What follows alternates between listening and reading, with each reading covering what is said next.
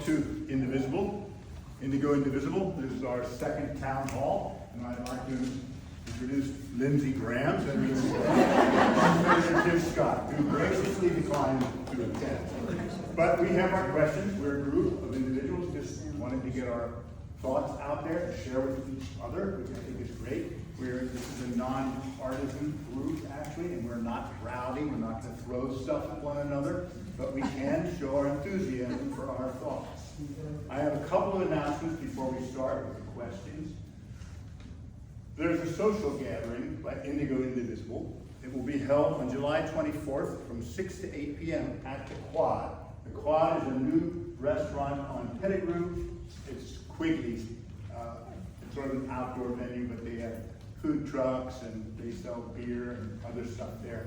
This is costing Indigo Indivisible $100 an hour to rent. So your participation is we're glad to have your participation and help contribute if you can to that event. And all are welcome. Then there is what I mean by all are welcome, everybody's welcome. It's not just Indigo Indivisible or any other group, okay? June 14th, there's a protest at Chapin Park in Myrtle Beach. Now that is at 5051. And those are kind of nice. There's a pavilion there where they usually have speakers. And then there's the roadway going through 17. And that's where everybody carries their signs. And that's where the fun is, actually. And that's where the noise is made. And people get to show more of their opinions of things on that. That's it from 12 noon. 10 a.m. to 12 noon at Chapin Park in Myrtle Beach. June 14th is a P-Flag event, a family day, 11 a.m. to 3 p.m. at the Community Garden on Pettigrew in Pawleys Island. That's kind of a nice place to go. You can buy plants there. It's really a nice outdoor thing. Hope it's not too sunny though. So that's LGBTQ. The P-Flag Pawleys Island is LGBTQ. So that's going to be our fourth Pride event here in Pawleys Island. So go protest at the Myrtle Beach and come by and party with us after. Okay, great, thank you. Now, let's see, that's the last thing. Now if you want to be part of a group, join a small group, we have small groups called sneaky protesters. And those are fun little things. The milk carton thing, the flower garden, about how do you grow a democracy. It takes a long time. Then, there are book discussions, letter writers, that's for getting the word out, and protesters and planners for the different protests we're going to. There are a lot of protests coming up by 5051. And if you need to find out about that, see Barbie afterwards. Barbie is doing the video right now. But you all know Barbie. She is actually the big organizer of this group. And with no further ado, I'll start should I call this a town meeting, a town hall? Yes, it is a town hall. Unfortunately, the only way we can voice our opinions is by standing up and making them heard. And they will be recorded and sent to our senators and representatives. It would be nice to have a dialogue with them, but that does not seem to want to happen. I have all your requests in here. I'm going to see if there's anything on here I need to tell you. No, I've got it all, and now I will let you have a microphone if you want. Okay? I've got to read two questions first. No, just, they've got their name on there so they can read it. Okay, first I'm going to do something different than we did last time because we've been called unpatriotic. We are all going to stand up and say the Pledge of Allegiance. Yes. Okay? I Pledge allegiance to the flag of the United States of America and to the republic for which it stands, one nation, under God, indivisible, with liberty and justice for all.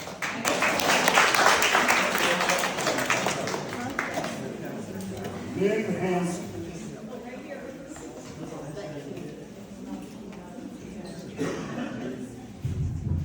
Thank you. Is that good? That's good. Okay. Good evening. I'm here to address Senators Graham and Scott. Graham.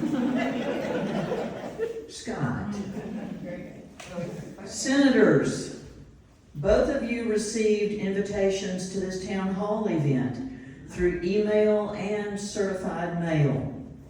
Yet neither of you responded, not even to decline the invitations.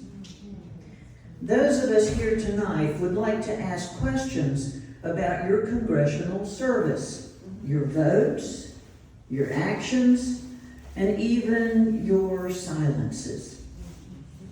Our concerns regarding the many crises in our nation are sincere, and our quest for a true democracy that protects the rights of everyone is respectable.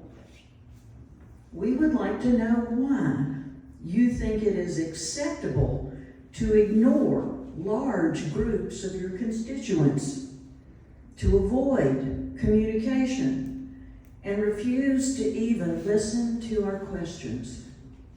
Cowardice. Senators, it is your duty to represent all of the citizens of South Carolina.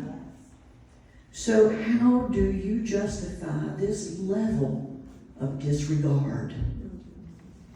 My friends, this is my polite way of saying to the senators, did your mama teach you no manners?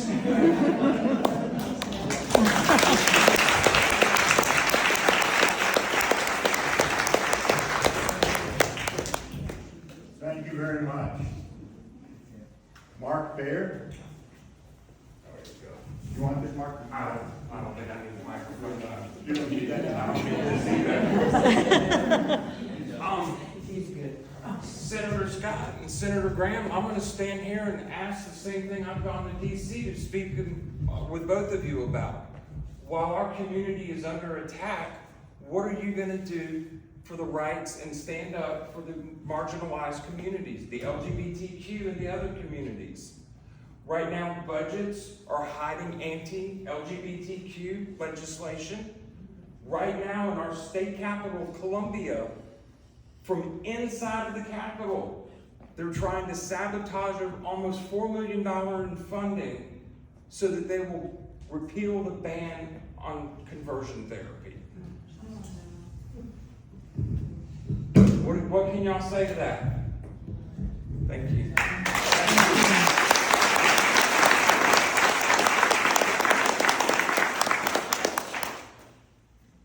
Now we go into the box. I will read a name, and you can come and read your question if you want. If not, I will do the honors. This one has no name on it. Who's the senator on there? I didn't put my name on. You want it? I don't know, was it say Tim Scott or Lindsey Graham at the top? No. Then it's not me. You'll recognize it. Okay, raise your hand if I start to speak and you think, oh, I want to be speaking, okay? Given the high percentage of uninsured and Medicaid recipients in South Carolina, how will you protect the health of South Carolina citizens? That is a big question right now.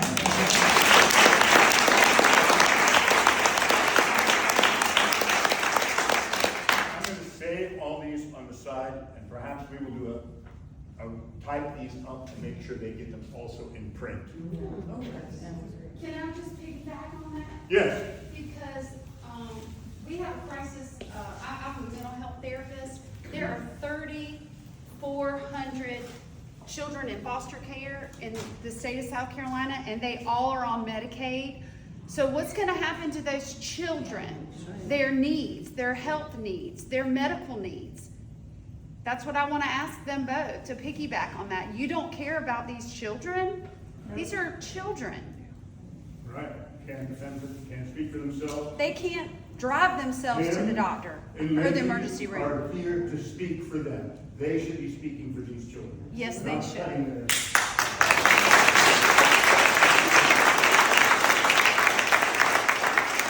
I have to promise my wife not to get mad.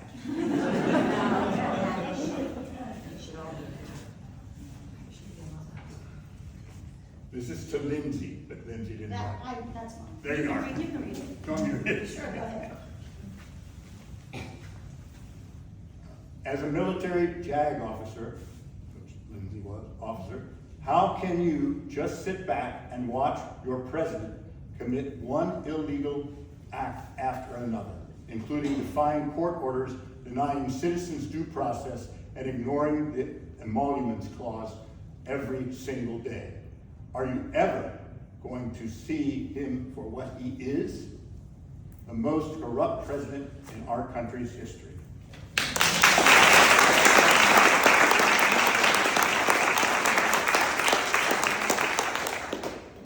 But it's not, Comment? Yeah, you want to comment? yes, it's not just citizens being denied due process. The law says persons being denied due process. Exactly right. And there's also, I'd ask the senators to pay close attention to the big beautiful bill, because there is a provision in there that would basically remove the court's ability to hold people in contempt. Yes. Or to enforce contempt orders or restraining orders. That should not be in a funding bill, Did you hear that, Minister? any bill. Lim, it should not be in a funding bill to defy the Constitution. In the middle. In the middle. Hidden funding.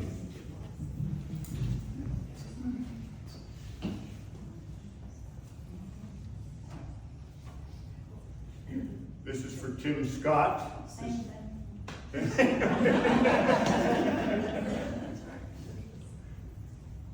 You grew up in poverty. You have done nothing for the poor people in South Carolina. Have you forgotten how hard being poor is? What do you intend, if anything, to do for our poor? Thank you.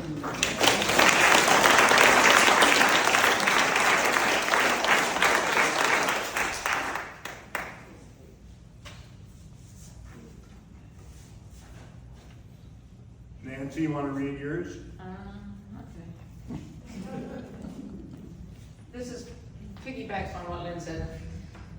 Votes of our senator, you represent a red state. This is a red county.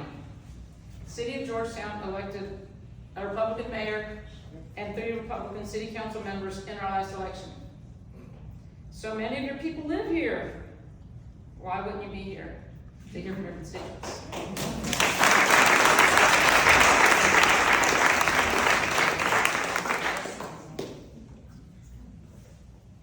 I just gotta say something. I read Lindsay's bio tonight. His mom and dad were small business owners. Any of you are small business owners, and you talk about Social Security, that meant you paid the maximum Social Security. Nobody was paying their other half. You paid the full amount, the full percentage, and you want to take that away? I was a small business owner too. My wife and I had a small business, and you paid that 15% Social Security. Now you're going to take that away from me? I don't think so.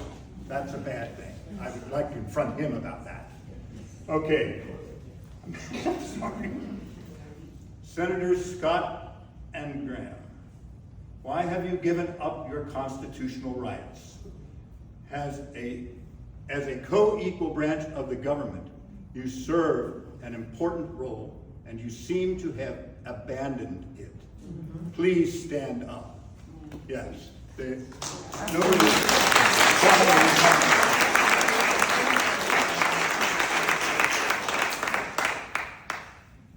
Rick R. I know Rick R's here. Do you need it? Yeah. Yeah, I need it. You want my glasses? We're in the same boat. Yeah. You want a mic? I think, let me go up here and project. Senator Graham, I ask you, how would you feel if your representatives in Congress spoke out on both sides of their mouth? You flip-flop on January 6th, berating Trump, and now you kiss his ring. How would you feel if your representatives in Congress ignored the Constitution they swore to uphold? How would you feel if your representatives in Congress voted to tax the less fortunate for our society and give the tax breaks to the rich? If you had an essence of patriotism and empathy in your soul, you would understand how we truly feel here. Today, you, sir, need a backbone. I ask you, Senator, have you no shame?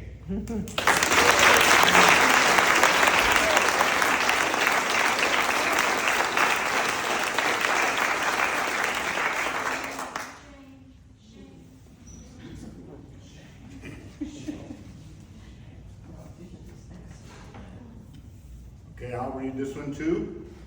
With the cuts to FEMA and NOAA, N-O-A-A, how do you plan to help the coastal area if we are hit by major hurricanes? Good question. It's happened right now with all the tornadoes in the Midwest.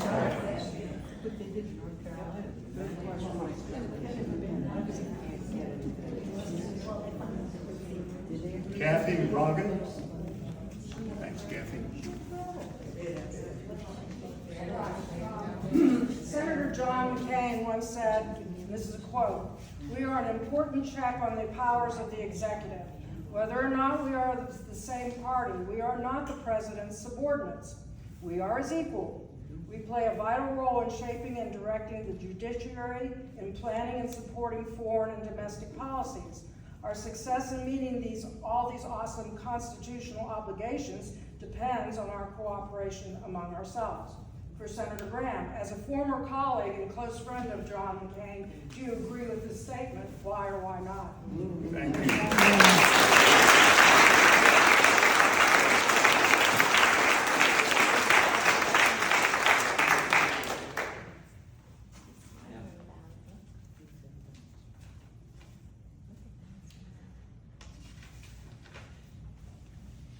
Catherine Fitzsimmons. Want this? Yeah, even though I've been told to have a loud mouth. Where do I start? Okay, Senator Graham, after the January 6th riot, this has come up just now with somebody else's question, that the riot that trashed our nation's capital and put our lawmakers in grave danger, you said, and I quote, "Those who defiled the Capitol on January 6th are being prosecuted, as they should be. I have consistently condemned the attack and have urged that those involved be prosecuted to the fullest extent of the law." Good, thank you. Then our president pardoned every single rioter, every single one after, on the campaign trail, he said he was going to pardon only those who trashed the Capitol and put everybody in grave danger. So why are you giving him a pass? It's disgusting that the rioters were set free, rioters who destroyed property and caused such physical and emotional trauma that it led to the deaths of 5 Capitol police officers, while students who peacefully practice their First Amendment right of free speech are arrested and held without due process. That's right. What are you doing about this disgusting double standard? And then just one other thing. Whenever there is a discussion about firearms and should there be background checks and things like that, it's often mentioned that the problem is really mental health. So, explain to me why it makes sense that Trump has made an $11.4 billion cut in mental health and addiction care. There you are. Yes.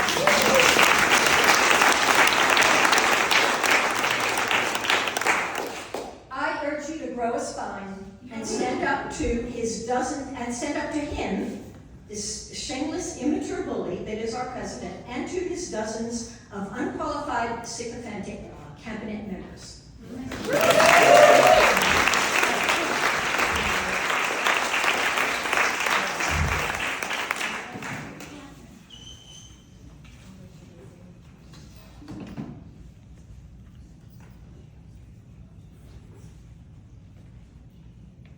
I'll read this one, there's no name. In Mein Kampf, Hitler's vision was rooted in absolute power, racial purity, and the dismantling of democratic institutions. Is this sounding a little familiar? Yes, it is.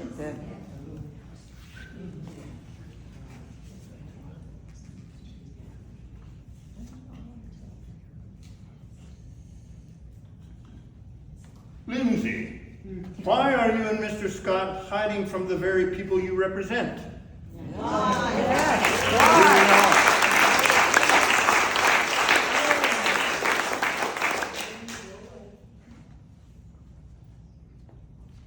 An addendum has been added to the big, beautiful bill.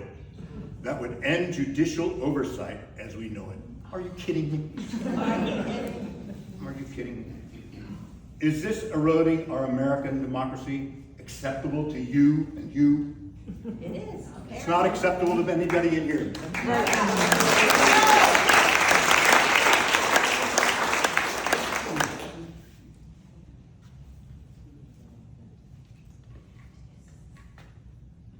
Why are all the supposed money savings from stopping the waste, fraud, and abuse going to a tax cut for the wealthy while raising taxes for anyone making $51,000 or less?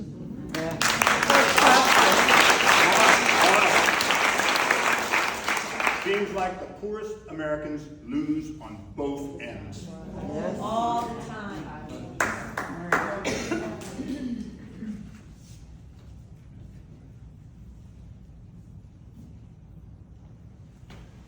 Can you explain, senators, why Donald Trump is not being held accountable for withholding funding already approved by Congress? Very good.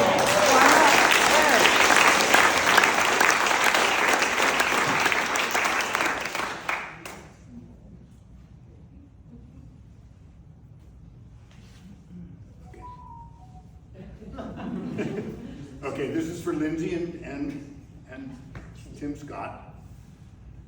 And I wish they were here, because I'd like to hear this answer. Please provide your position on the big, beautiful budget proposal. Where do you stand on that?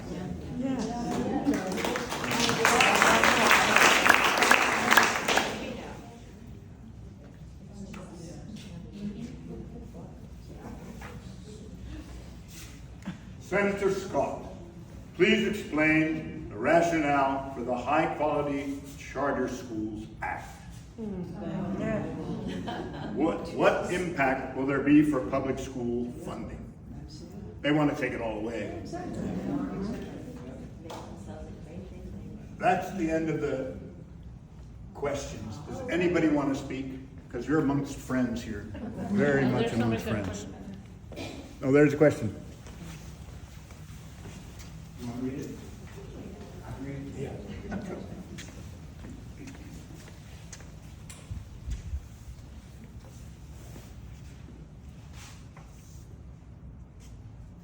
This is from Councilwoman Tamika Williams. South Carolina does not have a state minimum wage. So it follows the federal minimum wage, which is $7.25. The minimum wage was last raised in 2009. There have been legislative efforts to increase the state wage, but none has passed. Why? Good question. Senator Scott and Graham, what are you doing for the people of South Carolina? That's a big question.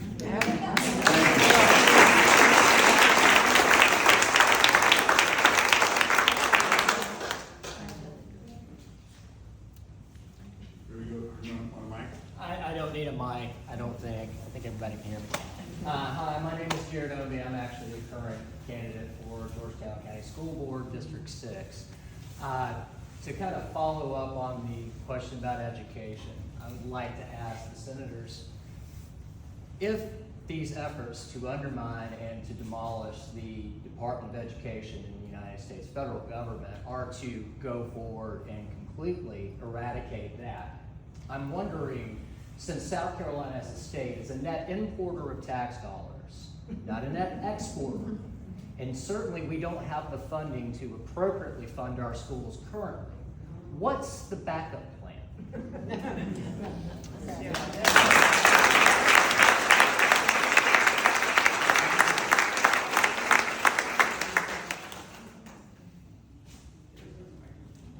Anyone else? Martha. Oh, I'm sorry.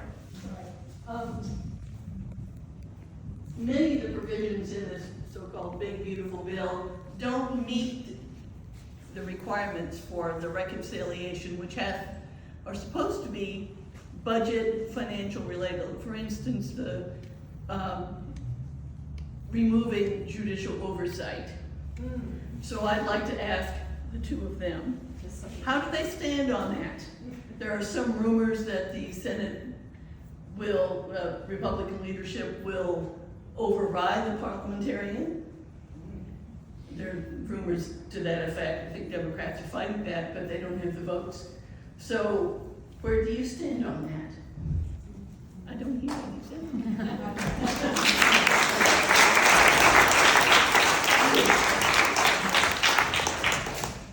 Anyone else want the golden wand? Hello, I'm so glad that we're all here tonight. This is like a little bit of therapy. I'm here really because of my kids and my grandkids. When Senator Graham and Senator Scott vote in sync with other people representing other states, they are dismantling the judiciary, siding with a crazy ass president who is in this for himself and his family, who has destroyed our place in the world. Trust is gone. Trust is hard to build. And we have built it and built it and built it. And to have it taken away. And to have Senator Graham and Senator Scott also override any bit of common sense and take their part of the triangle of democracy in the United States with them. What about our kids and grandkids? They won't have the lives we've had. They won't have their freedoms. I speak especially for women and poor people of every color. They are trying to take our lives away from us, and my life was wonderful, and I owe a lot of it to the United States. But to think that that would be taken from our kids and our grandkids in perpetuity to serve those who have so much and care so little. How can you do this to America and to the future of America? And I know everybody in this room feels the same way. Where are our neighbors and friends and who have children and grandchildren? We need to stand up and fight for them. If not for ourselves, for them.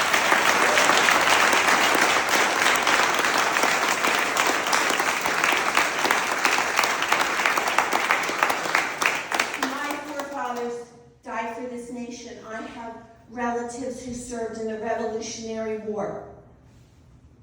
And they were poor, and they served with no money, no food, and they marched my loved one, after 8 years of service, from Pennsylvania to South Carolina. And he fought, and many people have fought since, for democracy and for this country.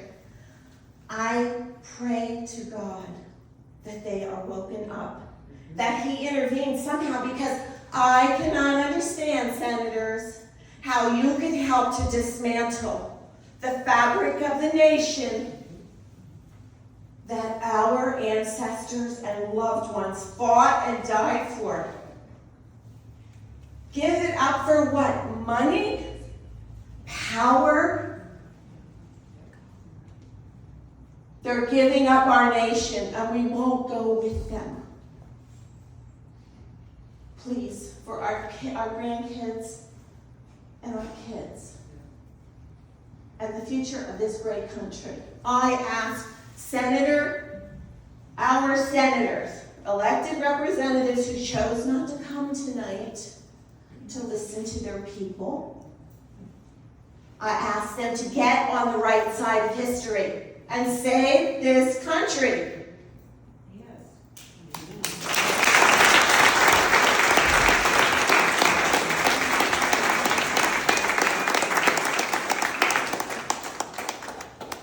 That was wonderful. Anyone else?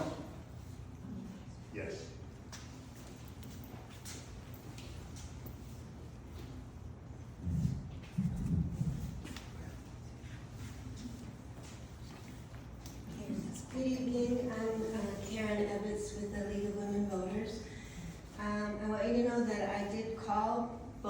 senators' offices and asked them, on behalf of the league as well, to come here tonight, and I didn't get any response.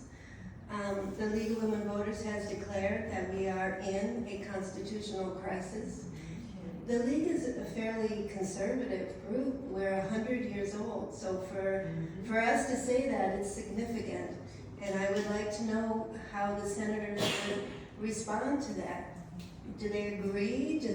What do they have to say about the fact that there's a constitutional crisis going on right now? Thank you.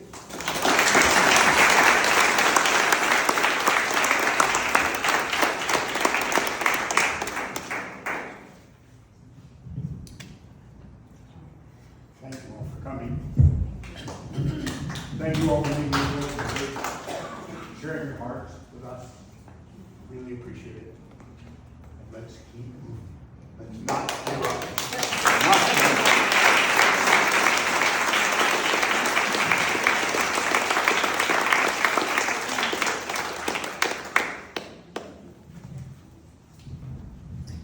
Y'all, I feel like we need some kind of rallying cry, some sort of unification to carry us forward. I don't know what the answer is. We're concerned about all kinds of things, all kinds of issues. A number of them have been raised this evening, and there are still so many that we didn't even mention. It's the dismantling that is so shocking. And I really worry because the only solution that I have been hearing is that we have to vote. Yeah, okay, I agree with that. We need to vote, we need to get other people to vote. Here's my worry. What if between now and the election in 2026, all those little ne'er-do-wells who are doing the bidding openly and sometimes not so openly of Donald Trump, what if they somehow rig the system or break it before we even get there? That's their plan. Yeah, okay, so if their plan is to break the election system, there's a bunch of ways they can do this. If their plan is to break the election system before we even get there, what are we going to do to try to stop them? Does anybody have a solution? I want to hear your ideas. You got any ideas? Go ahead, holler it out. ElectionAlliance.org has listed all they have been investigating and how they have been finding all these data manipulations, votes, mostly African American communities, that votes were just thrown out. Yes. There's a lot going on behind the scenes that even no one's talking about, but they are, George Pallas is a writer, an investigator for the New York Times, and he has been doing all this research, New Mexico, Pennsylvania, Arizona, you know, all the bomb threats and all the blue precincts. So if you go to electionalliance.org, you can find out and do research. I know this doesn't answer your question, but we have to start talking about these things, you know. But the problem is the narrative has already been kidnapped. Oh, election, you know, deny election, they stole, they did this, they did that. So we really have to come together and figure out what to do about that. Okay. I don't know what the answer is, but. Okay, so what I'm hearing are 2 steps on our way toward a solution. The first one is we need the knowledge. Yes.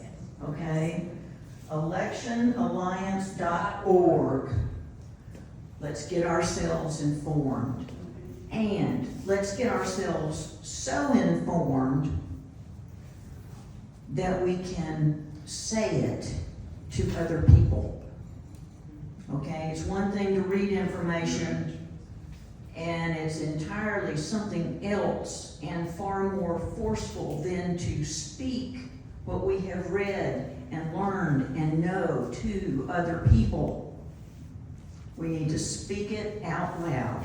Okay, that's step number one. Get the knowledge. Hang on. Hang on. I'm coming to you. Step number two is to figure out how to combat the misinformation, to get a solid message, that rallying cry, and holler it, post it, scream it, write it, everywhere we can.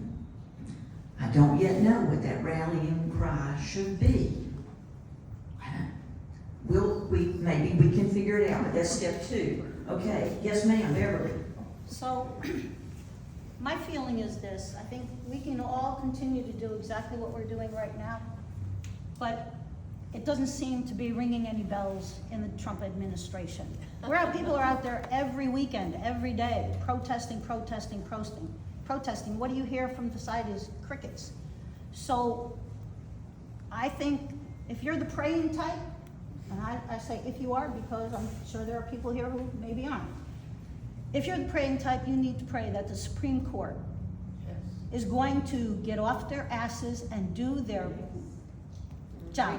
I don't want to get too profane here, because without them, we're toast. You might, just go in your house and realize that nothing is going to change.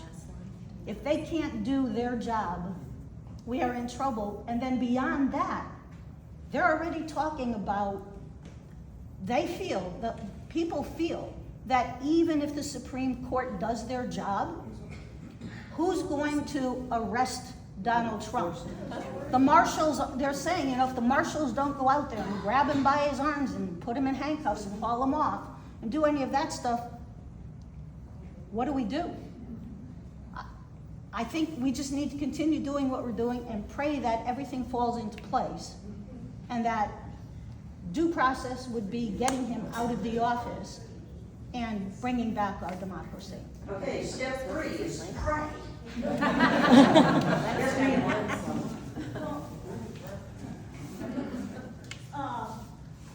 if you listen to MSNBC and these programs and analysts that come on, there's two things they say. One is you're going to end up having to be in the streets.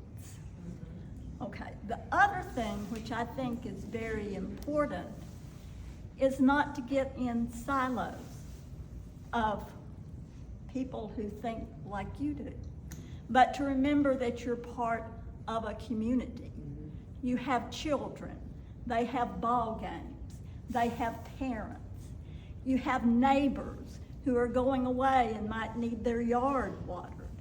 The more that you interact with your neighbors, your friends, your churches, so that you aren't seen as the crazy person who's saying all this, but as a person.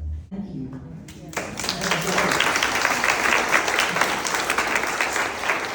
Step number 4, be good neighbors, and make sure your neighbors know your views as you are being a good neighbor. Did I get it? No, I think you need to be a good neighbor first. Well, Don't lead with your political views. Lead with your humanity and how you care about somebody else. Okay. Because, nobody likes to know it all for their neighbor. You're going to be turned off. But everybody would like to know your neighbor is happy to water your yard you just planted when you go away. I absolutely agree with you. And then, as you get to be better neighbors, things may come up where you can say just a small amount of how you feel. And, it takes time. Of course. Thank you. Yes, ma'am. I know this is a shot in the dark, but I was, thinking about the unity. How can we show it? I mean, because I don't know if my neighbor really thinks like me. And so I was thinking, what if we had a flag that said democracy forever and everybody put it outside their home? Or when we go on rallies, we have that one flag. We had something that says, hey, I believe this. And I just remember all those Trump flags. That was everywhere. And I think we could do something like that, and everybody just put it in front of your house. Fly it high like they do. And make sure that, you know, they know that we are for democracy forever. That sounds great. Yeah. That's great. I'm trying to find out how to, I know someone can print that. Invite those neighbors to Beg your pardon? Not yet. When they put their Trump flag out, did that make you want to go and invite that neighbor to dinner? No, I don't want to do that. I just want to do it before they put it out. That's what I'm saying. First, you have to be neighbors who get together and have dinner. Well, I think it's not. I think we don't have time to eat right now. I think what we need to do is save democracy right now, and we can. They didn't worry about us. Did they worry about whether you cared about their Trump sign? No, but I'm just saying is that I know we don't have. But I don't know that we're going to be able to save democracy in 6 months. But what I want to do is Regardless of saving it in 6 months, there's so many of us out there that don't know, like when we first moved here, I didn't think there was another person who thought like me in the whole place. I thought I had landed someplace else. It was so what I agree with you saying, that if everybody, I see, oh, they think like me, they think like me, they think like me. You know, and then I think it builds and it grows. So people, you know, like you said, people on the other side also love their country. So maybe they would look a little differently at seeing people who are showing. But no, I mean, it's just like, you know, when they put up the Trump flag, it's a big red flag to us. Yes, but that's like really in your face. I think And democracy forever our is... flag won't be in your face. That's what I'm saying. You have to sort of look at it the other way too. And don't put up barriers. Put up things that make people, you know, come together. And I didn't know when I moved into that neighborhood that she and I would think alike. But we belong to a book club, and slowly, Go ahead. slowly it happened. Go ahead. We want to add to the conversation here. We can do both. Right. And I think what you were speaking to is that unified message, that rallying cry. But I think we can be good. I talked to all my neighbors and fellow Georgetonians, and I know that most of them are, well, they probably have little Trump flags in their house. But still, they're good. They're good people, and you just have to keep talking and try to appeal to them and show them how this is actually affecting you. But I wholeheartedly agree. We need a unified talking point message, like the Republicans are so good at doing. I just don't think democracy should be controversial. That's If right. we had a flag that said democracy, Yes. Yeah. I don't see how anyone can object to that. Democracy is not controversial. All of us say that it's offensive. Okay, It's not controversial. You can wear a t-shirt that says America Needs Public Schools. And I wear that. And when I get into that grocery store, people say yes. So it's a simple thing to say America Needs Public Schools. The reason I have that is that my daughter-in-law lived in the same, her Holland, Michigan is where Betsy DeVos has a compound. And she was a public school teacher. And when Betsy DeVos had a Department of Education, she and her friends made those t-shirts. And I proudly wear that t-shirt. And people can say what they want, because how can you say America doesn't need public schools? I was a public school teacher. That's how our country became what it is, and that's what we should go with. We need public schools, we need democracy. Nothing wrong with that.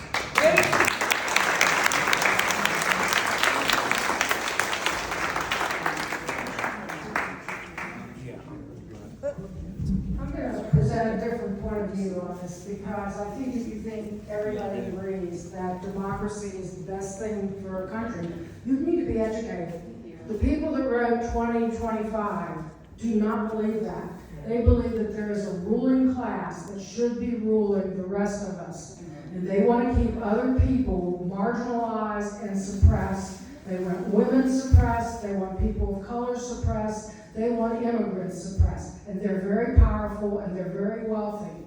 No, they do not want democracy. They want a ruling class in this country. And they are determined to get it. So, educate yourself about, I like what the lady said about the Election Alliance, to get to know what they're doing to suppress the elections. We'll be lucky if we have elections in 2018.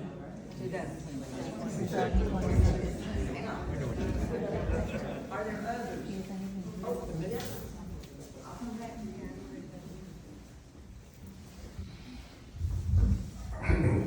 I want to say this. I like this. Everybody see what they feel. This is very nice. I love this. But it's really bad that I sit back here and I start thinking. I think I ain't the only one in 68 years old. In 1989, it's bad when Desert Storm went wrong. That's the best time I can ever say that America was America. Everybody love one another. Black, white, yellow running around the trees. That's how everybody decorated unity then. Everybody had yellow running around the trees and everybody loved one another. It's bad the Desert Storm bring up that point, but I lived that moment that I see that we can get along together, we can work together, we can live together, and we can love together. And I think that's what we need to go back to. I have a question. I'm from Seattle, Washington, and so I'm kind of new to this. But I think we're maybe going too high level. We need to focus on getting through these two up here. Is there anything that we can do to influence them, because they have a lot of influence in the Senate? And if we can get them to at least address a lot of the issues in this big, beautiful bill and say no, I think that would be a start. Also, I do like your idea about a unifying message in the form of a flag. They wear the Make America Great hats. They have the signs, and it works for them, but they are the minority. And they may be powerful, but if they figure out that they are the minority and they see that there are more people thinking this way, it may cause some of those that are just following to go to the majority. So that's what I have to say. Thank you. Good comment. Thank you, Joanne. So we're going to move to July 22nd, our next meeting, indivisible meeting, at the Waltham Mall Library branch at 6 o'clock.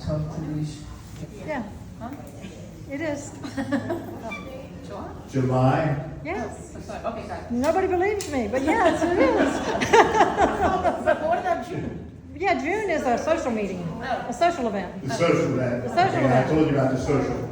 Yeah. That was July 22nd. July 22nd is the actual meeting. 22nd, but- 6 o'clock, the meeting at the Waltham Mall Library. Indivisible, democracy. Democracy forever. Thanks to everyone for showing up and for voicing your concerns.